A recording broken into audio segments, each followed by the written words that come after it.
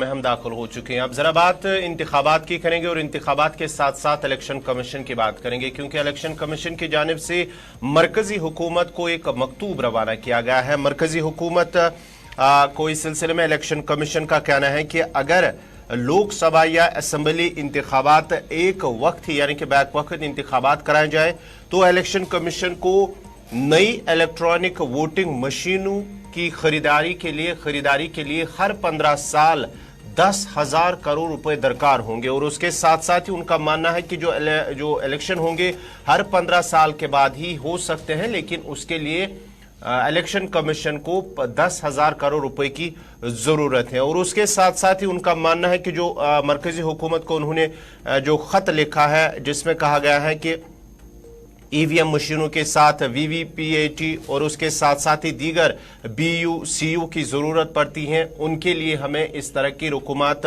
दरकार होगी। और साथ ही साथ अगर हम रवां साल की बात करेंगे, इस साल जो लोकसभा इंतखाबात होंगे तो मुल्क भर के अंदर कुल 11.80 लाख पोलिंग स्टेशन कायम करने की जरूरत होगी।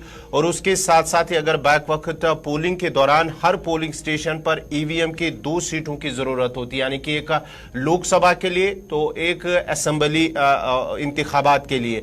और साथ ही साथ ये भी कहा गया है कि लोकसभा सीट के लिए अलग से और दूसरा असेंबली हल्के के लिए अलग से। इस सिलसिले मरकजी हुकूमत को यह बाज़ाब्ता तौर पर वाज़ेह कर दिया गया है कि अगर एक साथ ही इलेक्शन होंगे दोनों यानी कि असेंबली इंतखाबात और जो लोकसभा इंतखाबात है उसके लिए क्या क्या जरूरत होगी। और साथ ही साथ उन्होंने इसमें यह भी कहा है कि वीवीएपीटी और उसके साथ साथ ही बीयूज की जरूरत पड़ती है, बैलेट यूनिट्स की जरूरत पड़ती है, ऑडिट ट्रायल की जरूरत पड़ती है और ईवीएम की जरूरत पड़ती है, सीयू की जरूरत पड़ती है। और अलग अलग से इसमें कम से कम बैक वक्त इंतखाबात के लिए कम से कम 46,75,100 बीयू की जरूरत होगी, 33,63,300 सीयू की जरूरत होगी और 36,62,600 ईवीएम और वीपीएटी की जरूरत होगी। ये बाज़ाब्ता तौर पर इलेक्शन कमीशन ने मरकजी हुकूमत को इस सिलसिले में बाज़ाब्ता तौर पर आगाह कर दिया गया, वाज़ेह कर दिया गया कि अगर एक साथ इलेक्शन होंगे तो हर 15 साल के बाद 10,000 करोड़ रुपए की जरूरत होगी।